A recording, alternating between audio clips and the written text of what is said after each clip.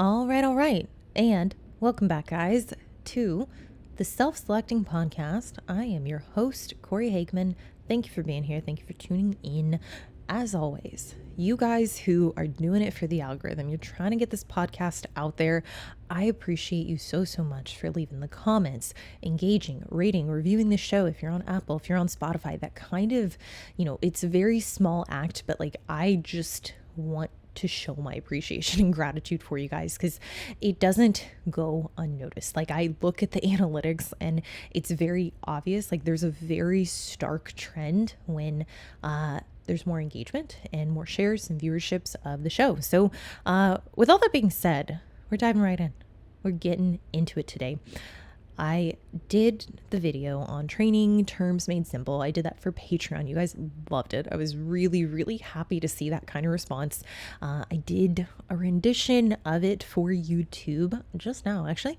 And this is the kind of content that, it does take me a second to step back and be like, okay, there is a need for, breaking down the fundamentals, and there is a need for clarifying the differences and even walking you through. That was a really fun episode to film because I didn't feel like it had to be super uptight or it had to be something that I don't know, overthought in the content itself. I'm man, understanding these terms and understanding how to apply them even in my own training, it's helped me so much. And I feel honestly 2024, I made so much progress in my training, in my physique from understanding these core concepts. And I want to do the same thing on the other side of the coin for dieting, for fat loss, for nutrition, because I still get individuals who sign up for,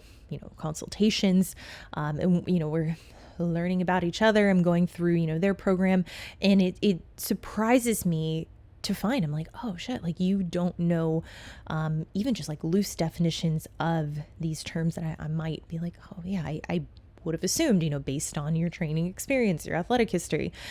And listen, I have a vast roster, a small roster because I intentionally don't coach for volume, but I have a vast roster of individuals who are experienced with tracking macros, some who just intuitively, inherently follow, I would say health conscious meal plans, don't really understand macros, and the combination, the hybrid in between of individuals who understand macros, want to follow a meal plan, and want to learn how to really hack their way into feeling fuller longer, into enjoying their food more, into feeling like their fat loss phase is just not nearly as heavy of a lift, metaphorically, as it's been in the past. And I do think that from a dietary perspective, this is something that gaining that agency and a good foothold on what is going to impact your success in a fat loss phase,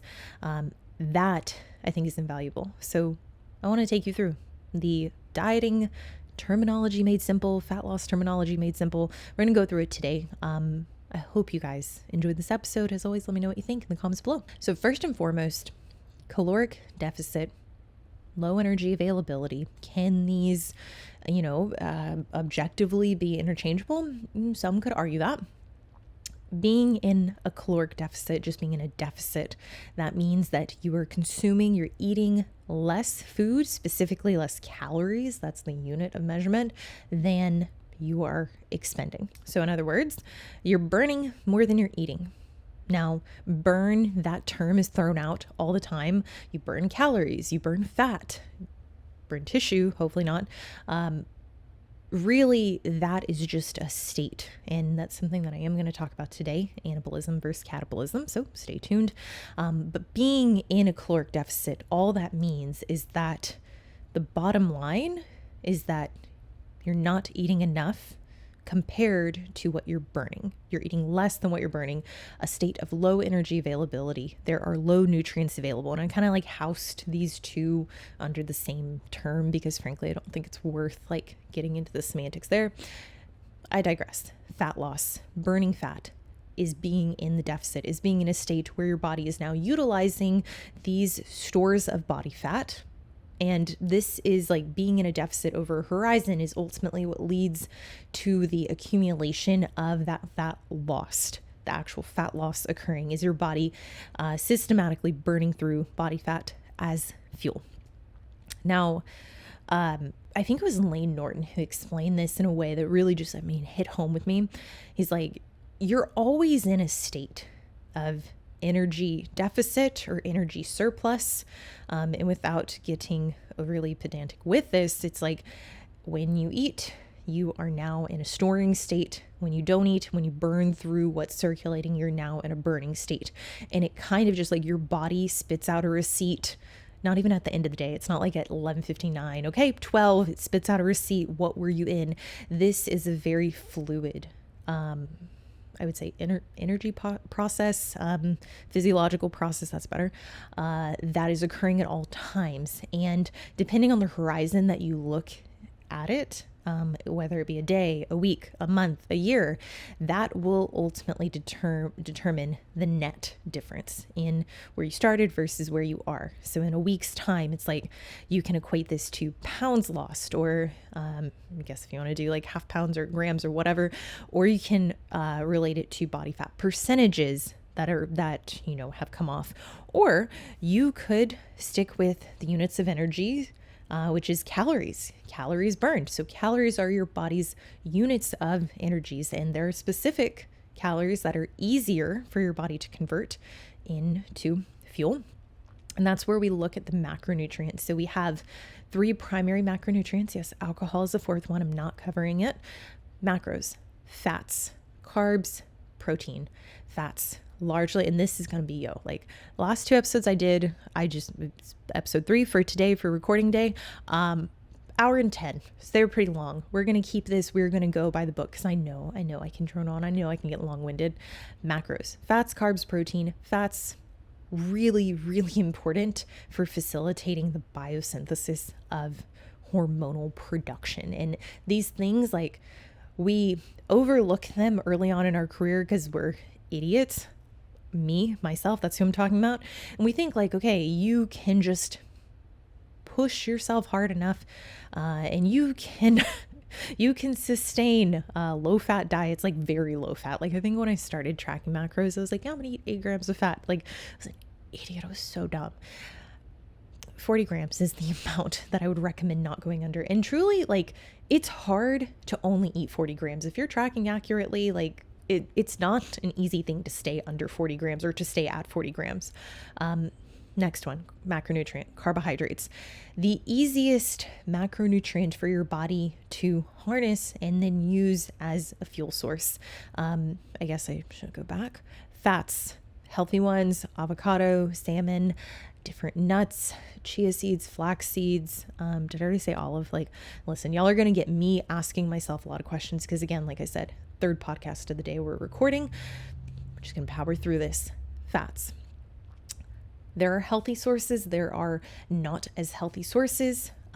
This video isn't a deep dive into fat breakdown and fat sources, but just know that the unsaturated fat sources are the ones we want to lean into. Saturated fat sources, we don't want to have a tremendous amount. And I think it's like recommended, it's like less than 10% of your daily intake, something like that.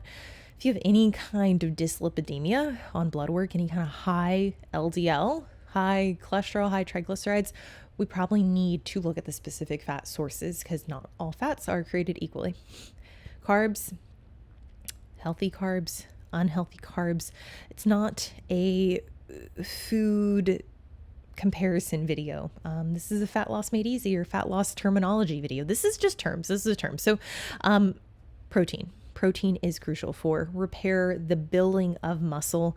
And when we look at these 3 macronutrients, what you need to understand from an energy deficit standpoint is that carbs and protein, 1 gram of carb, 1 gram of protein equals, it cost rather, 4 calories. 1 gram of fat cost 9 calories. So let's say you have 100 grams of protein. That is going to cost 400 calories. 100 grams of carbs is going to cost 400 calories. You get the idea. So it's simple cross multiplication that we're having to do in order to understand really the value of these macronutrients when we're comparing fats versus carbs or protein. We're going to keep going. Now, when we're talking about energy availability, it's the sum of the amounts of these macronutrients and the associated calories, the caloric value associated with each gram total intake of said macronutrient that is ultimately going to determine whether we are in an energy deficit or an energy surplus. And I guess I did that backwards. And that's without throwing in exercise. That's without throwing in like fat loss agents. Now, we have to understand BMR, basal metabolic rate. I forget if I put this down below, so I'm just going to go with it. These are the amount of calories that you burn if you are sick all day and don't get out of bed only to pee. You don't eat anything, like you don't do anything. You're in a coma, like I mean, it's a pretty extreme example, but like you're still going to burn a set amount of calories just from the fact that your body has to be on, like it's alive. So there's an assumed number of calories that can be quite objective, and this number can be higher if you have a higher degree of muscle mass. And without getting too much into the math associated with it, I would say body weight times anywhere from 8 to 15, depending on body composition, depending on activity level, depending on thyroid function. That is ultimately what's going to give you your basal metabolic rate. Now, continuing down the line of thought. Now, we already kind of covered, like, fat loss is this state of energy deficiency. We already covered calories, macronutrients. So if you have a target that is like, okay, I know my BMR, I know generally how much I like work out and burn through energy expenditures. So maybe that's traditional like weightlifting, which, like, spoiler, you don't burn that many calories weightlifting, like literally 100 to 200 probably. I said that to Jordan the other day. He's like, how many calories do you think I burn weightlifting? I'm like, maybe like 200, 300 max. And he trains like a psychopath. But where I think a lot of his caloric burn comes from is the damage that he does from his training. It's so efficient. And then outside of his training, he has to recover at such a high magnitude that I think there's a lot of burn that comes from that as well. Anyways, I digress. You establish what is your BMR, what is your energy expenditure, which is the amount of calories you're burning through non-BMR. If you're doing cardio, if you're doing 60 minutes of cardio on the stairs, let me be prefaced with this. I don't recommend this, but if it's something that you're like, I need to lose weight very quickly, you do 60 minutes cardio on the stairs, you do that 7 days a week, that is 3,500 calories on average. Probably going to lose a pound of fat unless you out eat the deficit created just through that. Not recommending it, but this is a very easy example, because when we get into these other forms of cardio, they don't burn nearly as much as something like the Stairmaster, where heart rate is for most people 140 to maybe even 180, depending on how intensely you were doing the Stairmaster. Also, when I say Stairmaster, I don't mean like holding on and like draped over the arms of it. I mean like not touching the rails, probably just on your phone or just like, I don't know, staring out into the abyss. You can burn a lot of calories from it. Should you? There are consequences to that. We can get into that in a different video. So you map out how many calories you need to be in a deficit, but do you have the ability to follow said plan? This is where adherence comes in. So when I say adherence, it is your ability to follow what was agreed upon. And maybe it's you agreeing with yourself that like, cool, this is going to be something that will yield fat loss, so I'm going to do it because I want to lose body fat. It will get me to the goal. It can be in agreement with your coach. The coach sends you the plan, looks good, cool. I mean, like, if you don't plan on following it, just tell the coach. Like, if you're like, this is way too restrictive, it's like never going to work, just tell them, ask them for some alternative. You have good adherence and you have perfect adherence. And if you want to get really granular with this, I would look at the amount of calories per day that you're supposed to eat. And then I would look at the calories you actually eat. And I would actually grade yourself. If you are 95% and higher, it's basically perfect adherence. Another way you could look at it is like, do you have 4 meals a day over 7 days? It's 28 meals. How many meals were not on plan or were loosely tracked or poorly tracked? There's good adherence, which I would say, like, generally, I like the number. Like, here's the thing. I like the number of like with school is like a C plus or a B minus, but depending on what that actually looks like in terms of like deviation from what was agreed upon calorically, that can pose a pretty big issue. And for a lot of people, just like a single meal, if we're just doing the meal like reference point, you can undo your deficit in only just a few meals, like 2-3 meals. Like, I had a girl check in with me and she's like, yeah, like I had like 4 meals out, but I tracked them. And then I had 2 untracked meals. Like, I had an extra one that we didn't talk about. I'm like, I'm not surprised you didn't lose weight. Like, what are you talking about? What did you think was going to happen? If you're struggling losing weight, if it's something that, is escaping you and you're not sure why the scale is not moving down, why you're not getting leaner, look at your adherence. Clean up the adherence. Sometimes good feels good, but good is not always in line with you seeing progress. If you can aim for perfect adherence, and I know some of y'all are like, well, it's like pretty straightforward. Like, why are you harping on this? Perfect adherence, 100% adherent for 7 days, and you're not losing weight. You're not in a big enough deficit. That's what it comes down to.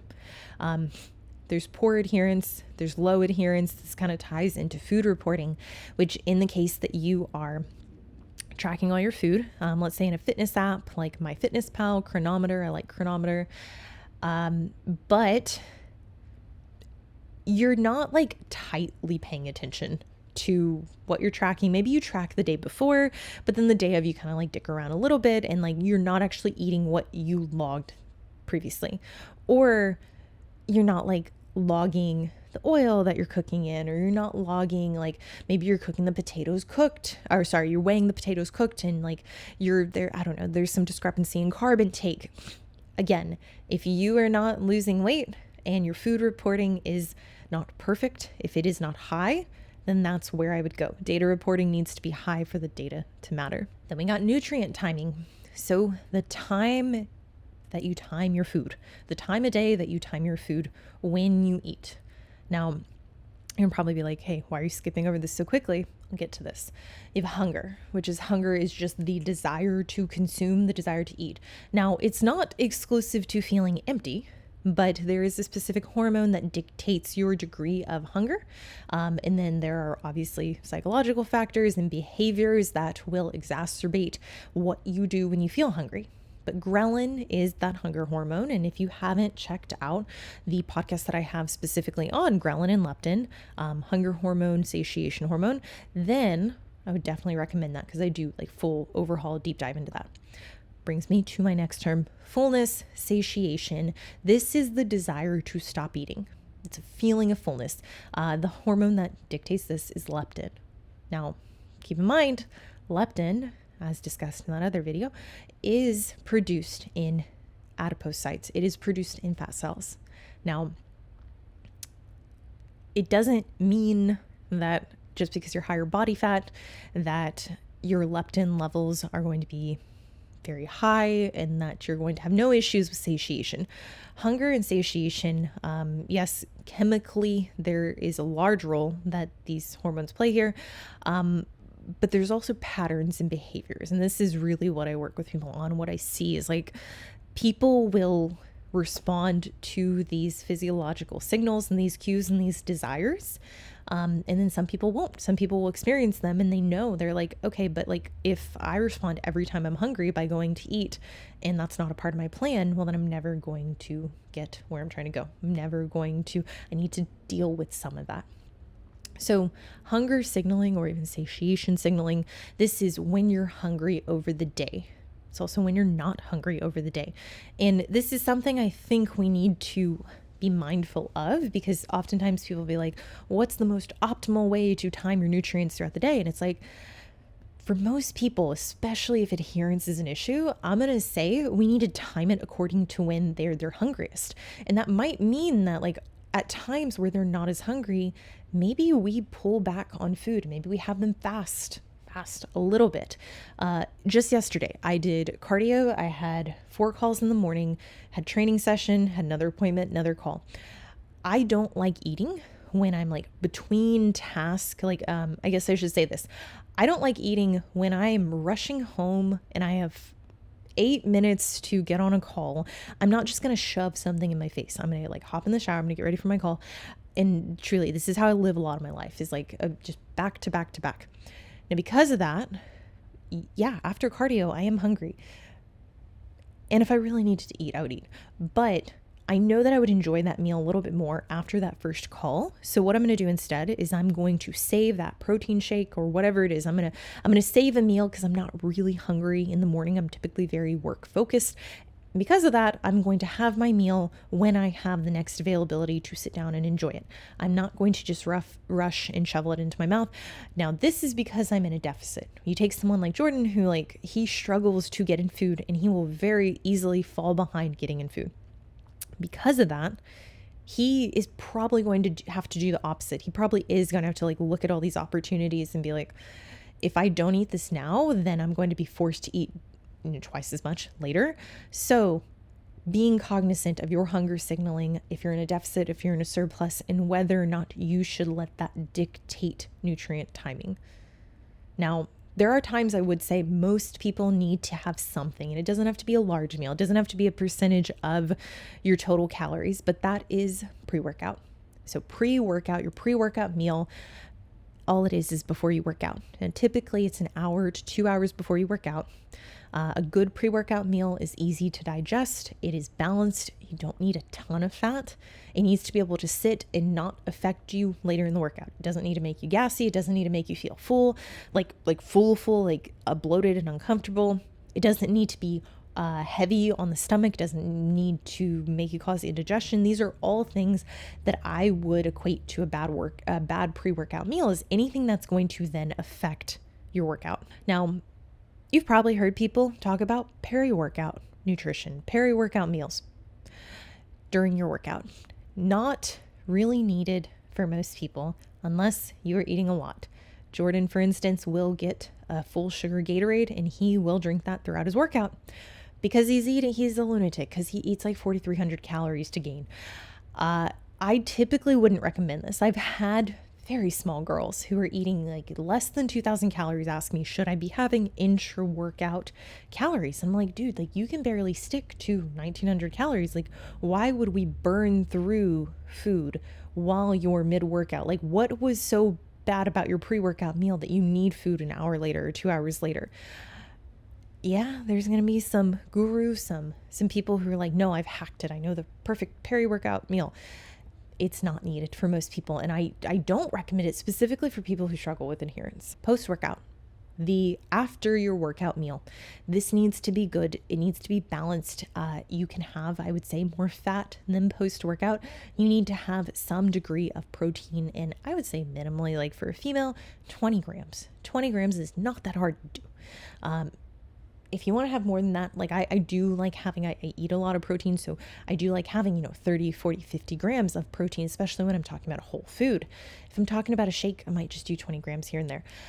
A bad post-workout meal, it's not even necessarily the composition. I would say if you had no protein or you had no carbs, if you just had protein and fat, I'd be like, well, you could probably spare some carbs for that meal, right? Why did you put no carbs in this meal?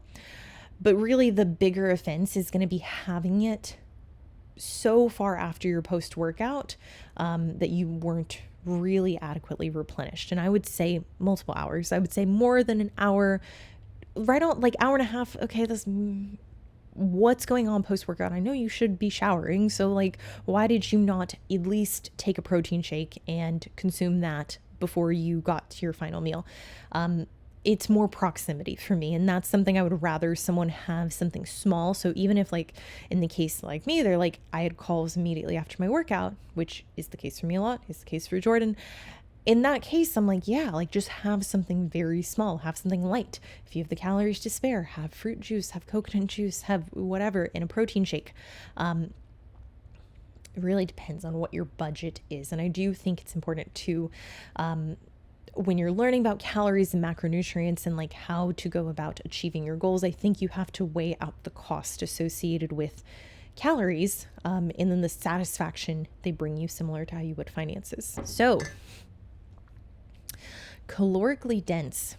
This is a way that I would describe food. Something that is calorically dense. It is low volume, meaning there's not a lot of it, but it is very high calorie for being so low volume. Granola, nut butter, oils, the Asian rice cakes, like the little disc ones, Pasokin. Like there's a lot of ways we could go about this, but I would say like anything that is costing you a lot. And that's where I do think like looking at your diet kind of like a budget and then weighing out the satisfaction. I think that is a really sound way to determine whether or not you are making good decisions with your diet, because good is what relative to what you are satisfied with. So in the case of someone who is struggling with adherence, strongly recommend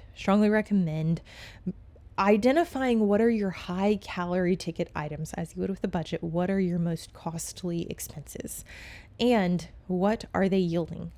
There are certain things that are very expensive, like health insurance in California.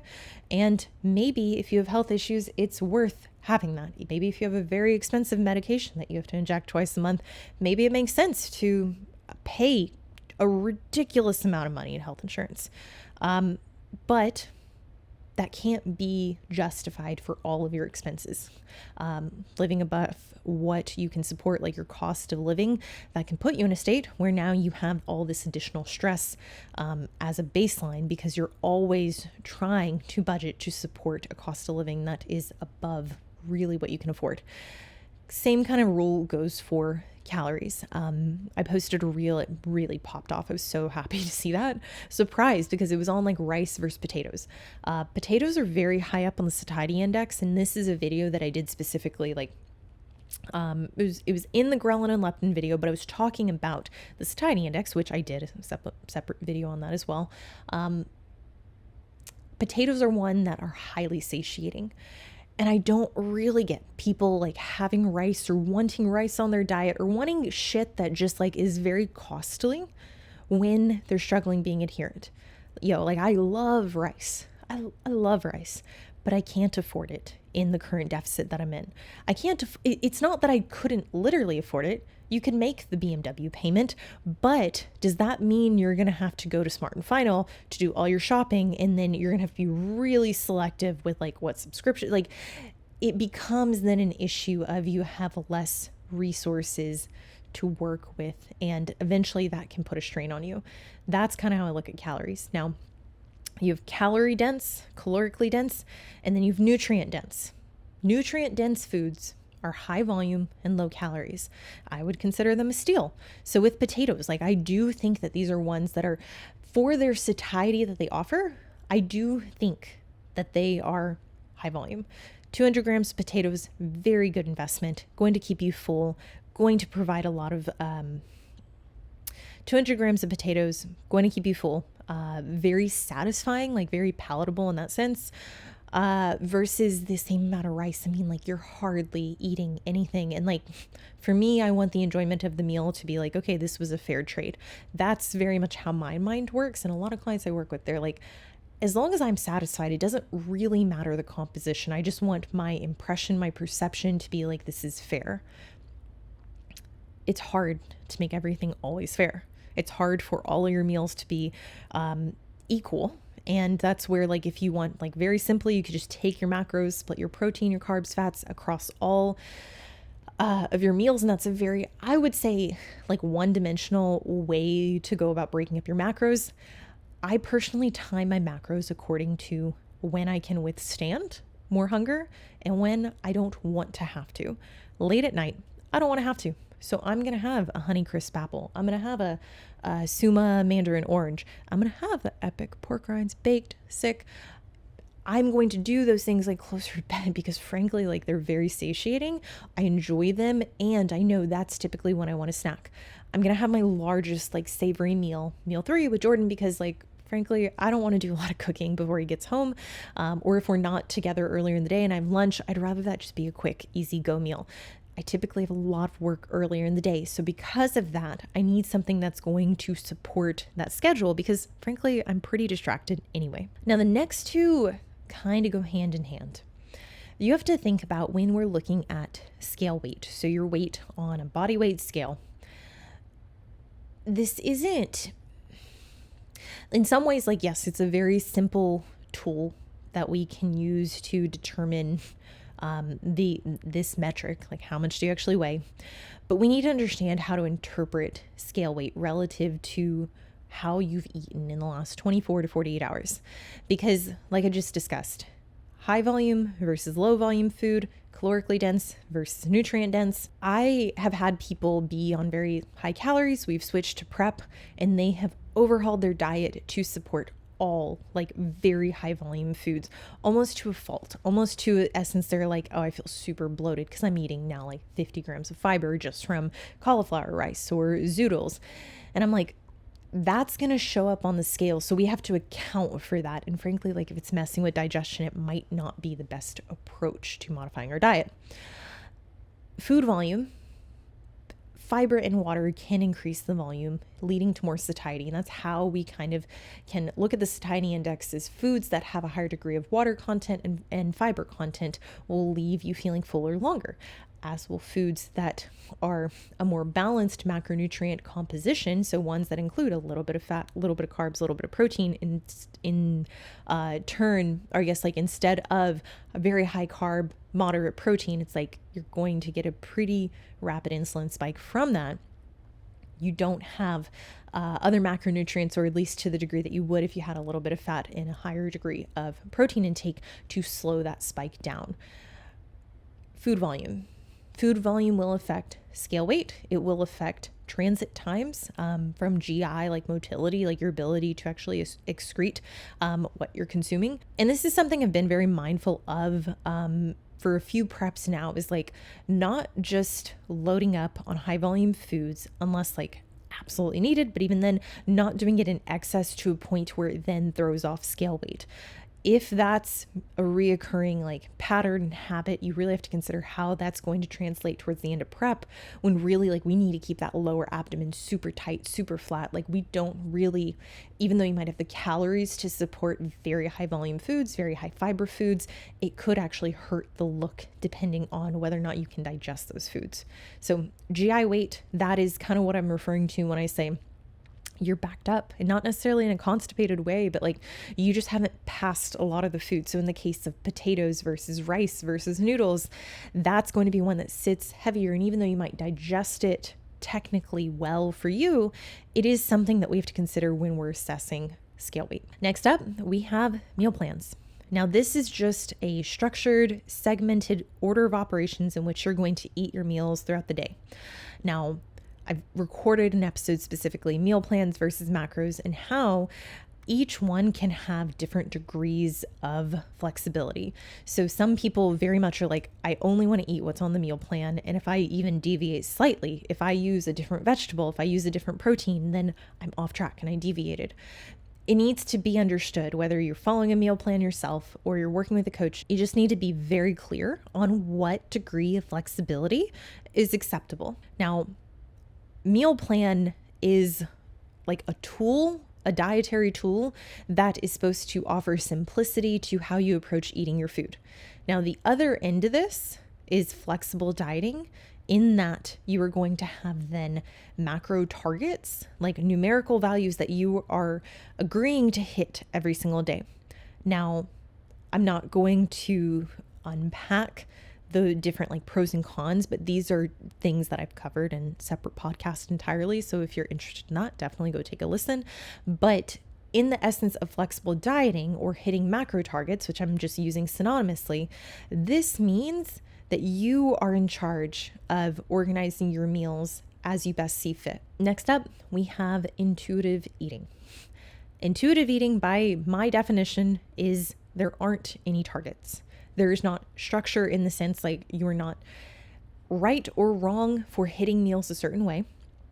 Some people will say intuitive eating is meant to kind of heal the outlook that can be a little too obsessive when it comes to flexible dieting or following a meal plan.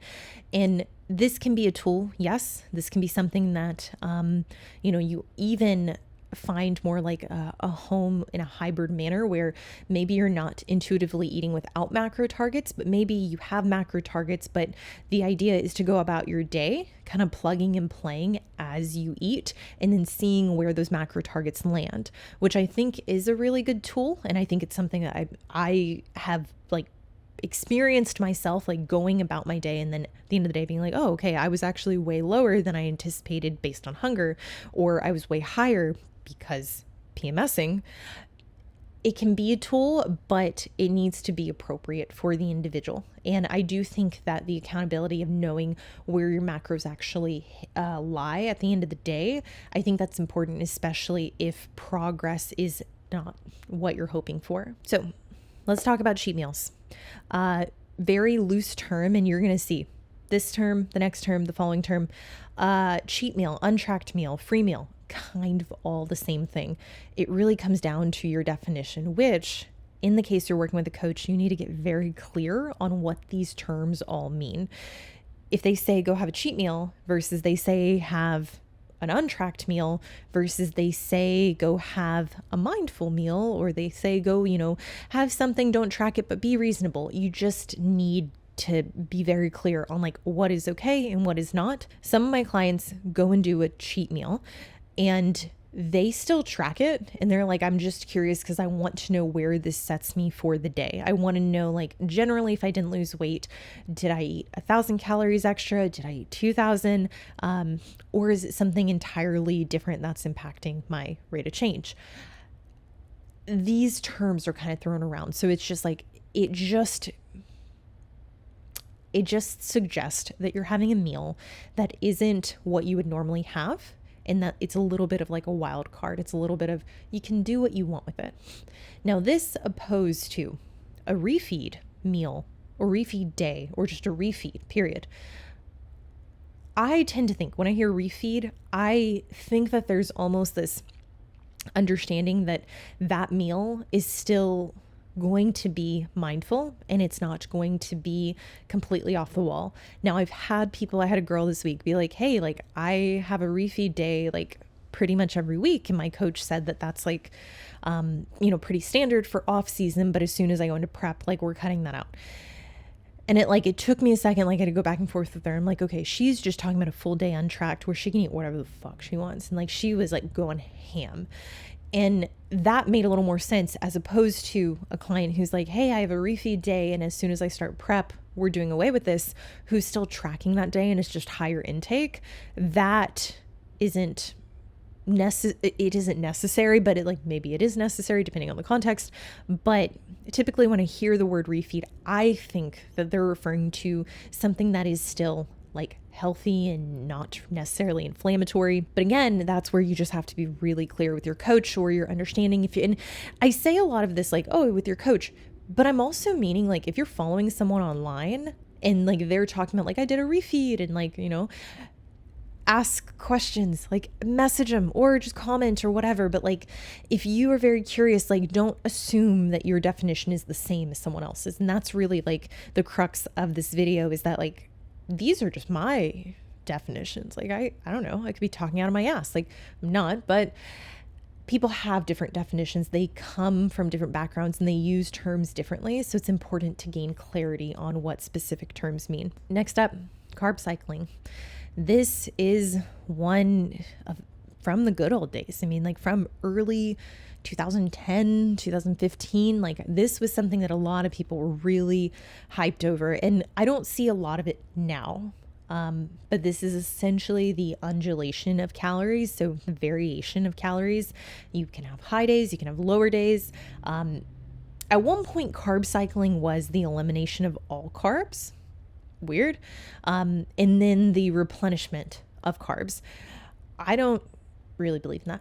I think that throws such a wrench into training performance. And I think truly, especially with athletes who are like very neurotic and very anxious about their progress, they're going to see the scale weight go down because for every gram of carb, there are 3 to 4 grams of water associated with that. That's a problem if we know that 450 grams roughly equates to a pound on the scale weight. And if you're someone like Jordan, you're eating just a like stupid amount of carbs. It's like if he drops all his carbs, that will show up so differently on the scale. And if that's what we're basing our decision making on, is on scale weight, on measurements, on the look, that could then make it a little messy. What I'll say is that I've done carb cycling before. And it was more so in a very like mild sense. I did this in my prep in 22. I had 3 high days, 4 low days. My low days were, gosh, I think it was like 110, 120 grams of carbs, and my high days were like 170. So very small difference, I would say. But for me, the timing of this was really to facilitate better training outcomes. Now, interestingly enough, I was actually a fan. I was like, I would rather have my high carb days the day before my lower sessions, as that's my priority, because I want to go into those sessions like fully loaded, like glycogen loaded. I don't want to be eating a vast majority of my carbs post-workout on my leg days. That was just my preference, and I thought it worked out really well from an energy standpoint. Now, I think that these can be timed relative to training, non-training days. I think if you have a client who's really willing to dig on your non-training days, you could lower food, you could lower carbs, and it doesn't have to just be carbs. It could just be calorie cycling. And then it's kind of, I didn't put it on here, but that's kind of its own term in itself, is just undulating, varying the calorie intake, because ultimately you have a specific amount of net calories every single week. That is what's going to dictate 7 days of scale weight and how that translates week to week from an average standpoint, from a range standpoint. That kind of brings us to our next term, rate of change. Now, this is the difference in the average weight, average body weight. So it is best if there are 7 data points. So if we have 7 days of scale weight, that is going to yield, I would say, the most accurate consensus, as opposed to just getting 2 or 3. I had a client for the longest time. She was like very insistent. Like she just had a weird relationship with the scale. And she's like, I don't like getting on if I haven't pooped, or if I slept weird, or if like, my son kept me up. And like, I'm like, it's just like, let it be arbitrary. Like we know these things, but I want to see like, what's the variation? Because like your average, you're only taking your scale weight like 2-3 times a week. It's skewed because we don't know if these are highs or if these are lows, or how they are approximately relative to these days that we don't have accounted for. Now, I found with both natural and enhanced athletes, scale weight is a very good indication as to whether fat loss is occurring. And I think it's something that it's very easy to track. And if you're working on your relationship with the scale, yes, this might create some friction initially, but I think it can also desensitize you to seeing those high weigh-ins, which for me, that was very much the case. I needed to see those high weigh-ins to make sense and to really be like, yeah, fuck it. Like it makes sense. I didn't sleep last night, or I had a bunch of sodium, or, I couldn't use the bathroom. Like it just makes things, it takes away some of the power, I guess, that those high scale weights have. So I personally like to look at the average. That is the rate of change that I'm looking at, but that doesn't mean that we aren't looking at the weekly range. So I have clients, and I formulate this for them in their spreadsheet. Essentially, they are tracking their high and their low because I have it pre-formulated. So we can see like, on average, people's low weigh-in versus high, probably a 2 to 4 pound difference for most people. It's very rare someone has a 1 pound range. No one, and that's really telling to like the people who are very sensitive about their scale weight going up. It's like a lot of this is out of your control. Your body's way smarter than you, and it's working very quickly to correct certain things to bring you back to homeostasis. So don't sweat it. I like seeing the low and the high, especially for female athletes, because around the time of their cycle, either before or during, we're going to see a week where that rate of change is just not what we're hoping for. And this is what I would consider an artificial inflation. It is a spike in weight due to variables outside of fat gain.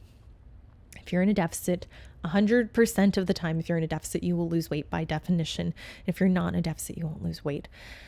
But there are reasons that scale weight won't go down. High sodium, poor sleep, stress, no bowel movement, hormonal fluctuations. And that's where I like to see this data reflected across the board, because for some people, their range is still like very vast. For others, their range is very narrow, and we can help make sense of this. And what's really telling is the following week, when there is an artificial inflation, we can then see that there's almost this overcompensation because the previous week was not actually a stall. It was not a slow in fat loss. It was just muddied data. You guys, I hope this was helpful. I hope that you're able to take away some actionables here. As always, thank you for tuning in. Thank you for watching. If you're interested in one-on-one coaching, book a free 15-minute call. Let's talk. This is accessible for competitors, non-competitors, recreationalist individuals, men, women.